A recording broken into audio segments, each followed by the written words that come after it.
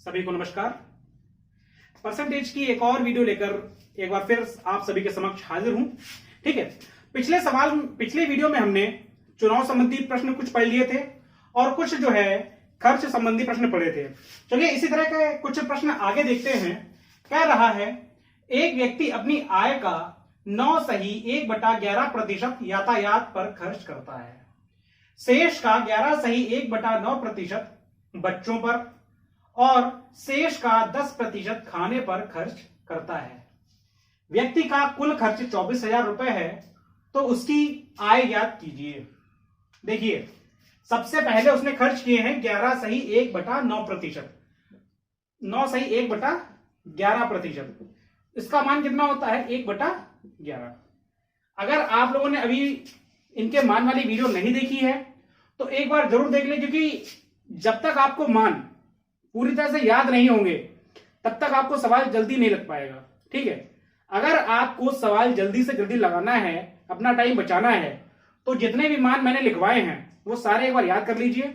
और अगर मेरी पहली वीडियो नहीं देखी है तो उस वीडियो का लिंक मैंने इस वीडियो के डिस्क्रिप्शन में दे दिया है, वहां से जाकर उस वीडियो को जरूर देख लें।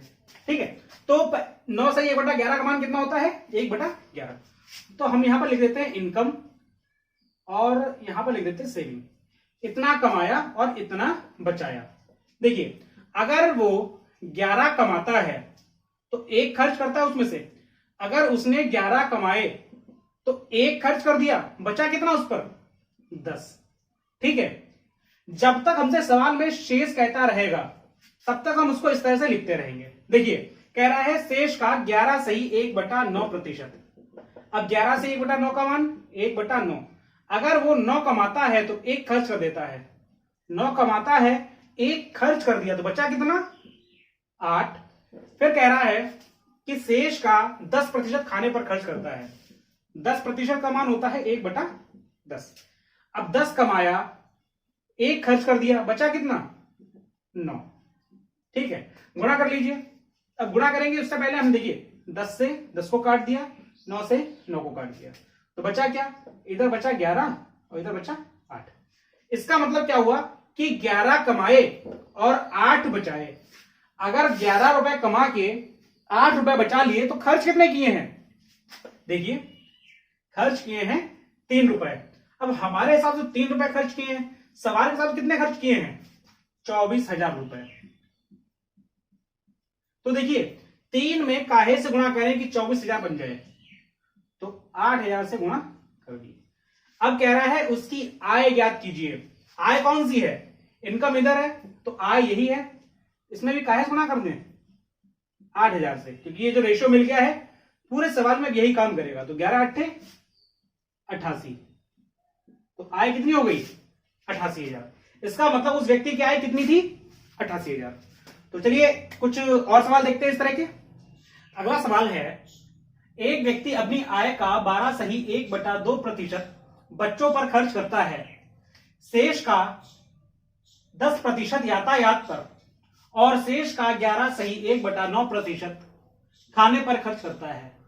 व्यक्ति की कुल बचत 7,000 रुपए प्रति माह है, तो उसकी वार्षिक आय ज्ञात कीजिए।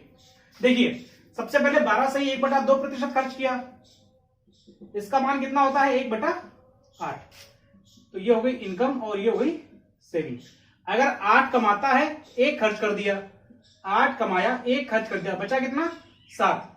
फिर कह रहा है 10% यातायात पर, तो 10% का मतलब 1/10। 10 कमाया, 1 खर्च कर दिया, बचा कितना? 9।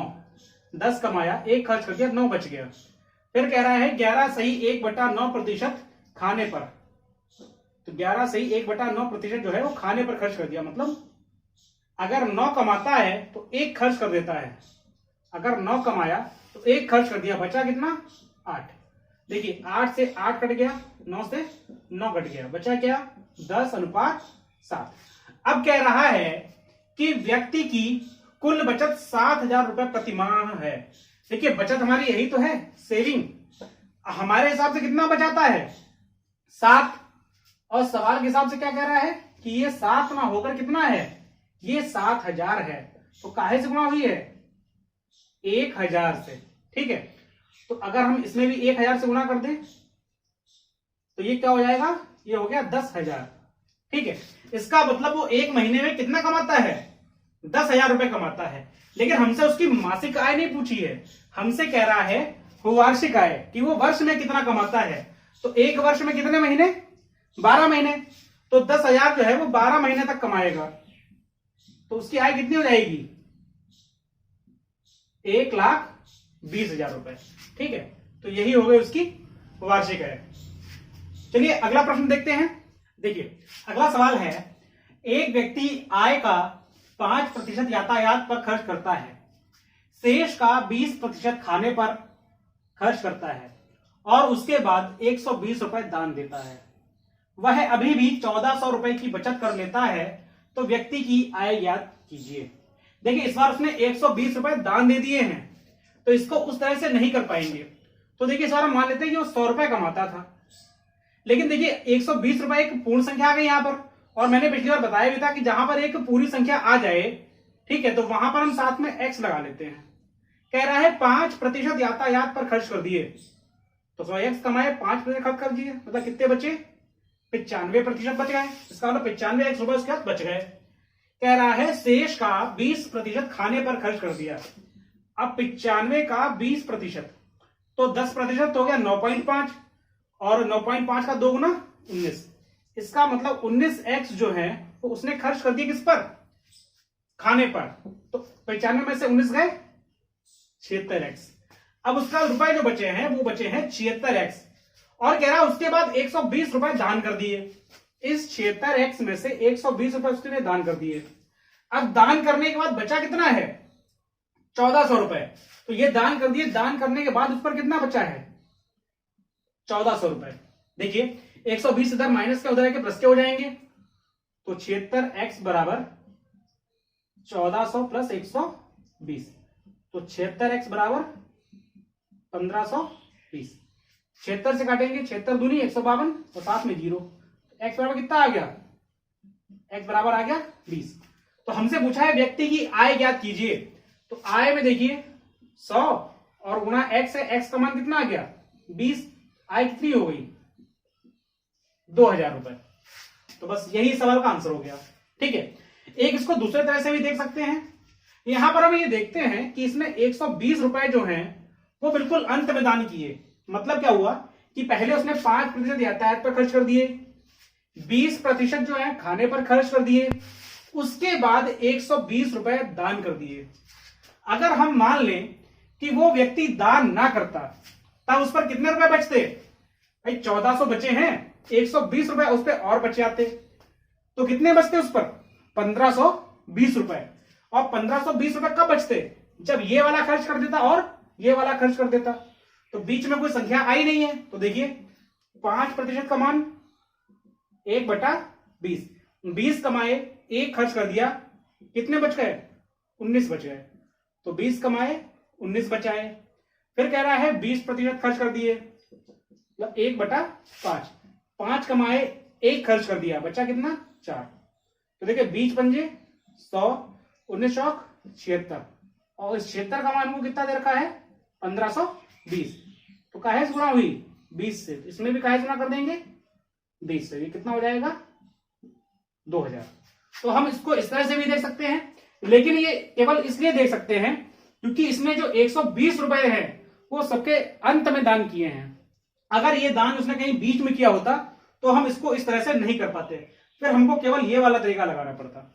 ठीक है, तो इसी तरह का एक और सवाल देखते हैं। देखिए अगला प्रश्न है, एक व्यक्ति अपनी आय का 20% खाने पर खर्च करता है, उसके बाद 400 रुपए दान करता है, शेष का 50% बच्चों पर खर्च करता है, वह अभी भी 2200 रुपए की बचत कर लेता है, तो व्यक्ति का कुल खर्च ज्ञात कीजिए।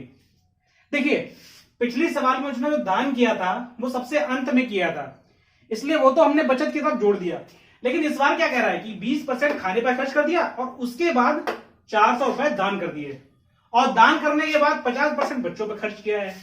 तो इस बार जो दान किए हैं वो सवाल के बीच में है, मतलब हमें इस बार 100x मानना पड़ेगा। ठीक है, हमने मान लिया कि वो 100x कमाता था, 20% खाने पर खर्च कर दिया, मतलब 20x जो है उसने खाने पर खर्च कर दिए, बचे कितने 80x। 80x बचाने के बाद वो 400 दान करता था, ठीक है, तो हमने 400 रुपए दान कर दिए। अब उसका बचे कितने हैं, अब उसका बचे हैं 80x माइनस 400। कह रहा है शेष का मतलब जो बचा है इसका 50% बच्चों पर खर्च करता है, ठीक है, इसका 50% उसने जो है बच्चों पर खर्च कर दिया, तो 50% बचाया भी होगा। अब देखिए 80 का 50% कितना होगा 40, और 400 का 200। अगर इतना खर्च किया है तो इतना बचाया भी होगा, क्योंकि दोनों 50% है।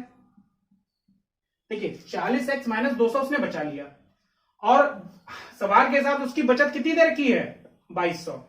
हमारे हिसाब से उसने 40x माइनस 200 बचाया है, और सवाल के हिसाब से उसने 2200 बचाया है, इसका मान हमको दे रखा है 2200। अब देखिए 200 उधर जाके प्लस का हो जाएगा, तो 40x बराबर 2200 और 200 2400, 0 से 0 कट गया, 4 छक 24, तो x बराबर कितना आ गया, x बराबर आ गया 60। हमसे पूछा है व्यक्ति का कुल खर्च कितना है, तो 100x है, 100 में 60 से गुणा कर दीजिए, कितना आ गया 6000 रुपए, ये उसका कुल खर्च हो गया, ठीक है। तो और सवाल देखते हैं इसी तरह के।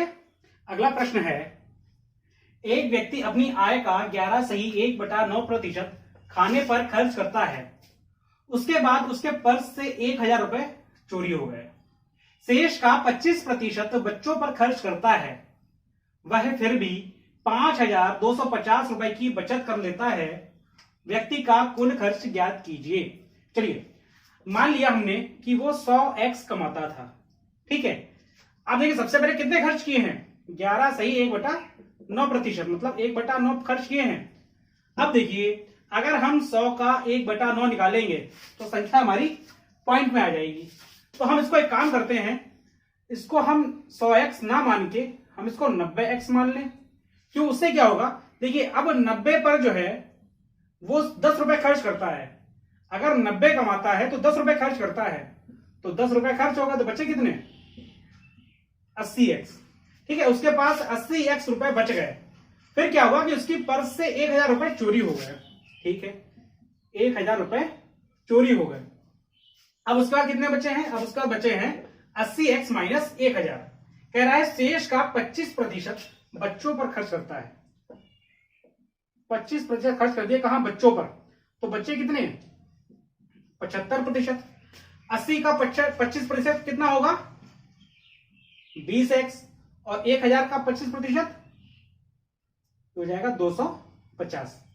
अब देखिए 80 में से 20 चलेगा कितने बचे 60x, और 1000 में से 250 चलेगा कितने बचे 750। हमारे हिसाब से वो 60x माइनस 750 की बचत कर रहा है, लेकिन सवाल क्या कह रहा है कि वो 5250 रुपए बचा लेता है, 5250 रुपए बचा लेता है। तो देखिए माइनस का 750 है, उधर जाके प्लस के हो जाएंगे, तो 5250 और 750 कितना हो जाएगा 6000। अब देखिए 60 से काटेंगे तो 60 एकम 60 और 2 जीरो, तो x का मान कितना आ गया, x का मान आ गया 100। तो देखिए पहले तो हम देख लेते कि व्यक्ति की कुल आय कितनी है, तो 90 इंटू 100 कितनी हो गई 9000 रुपए। लेकिन हमसे पूछ क्या रहा है कि व्यक्ति का कुल खर्च ज्ञात कीजिए। तो देखिए खर्च ज्ञात करने के लिए क्या करेंगे, हम आय में से उसकी अगर बचत जो है वो घटा दें तो खर्च वाला जाएगा। तो देखिए 9000 रुपए उसने कमाए, 5250 रुपए उसने बचा लिए, तो खर्च कितने किए 10 में से 5 गया 5, 9 में से 2 गए 7, 8 में से 3 गए और 8 में से 5 गए 3। इसका मतलब वो 3750 रुपए उसने खर्च किए हैं। लेकिन क्या 3750 हर बार खर्च करता है, नहीं, क्योंकि इस बार उसकी पर्स से 1000 रुपए चोरी हो गए हैं। जरूरी नहीं कि हर बार चोरी हो, तो हर बार उसका खर्च कितना रहता है, इसमें से 1000 रुपए घटा दीजिए तो कितना हुआ।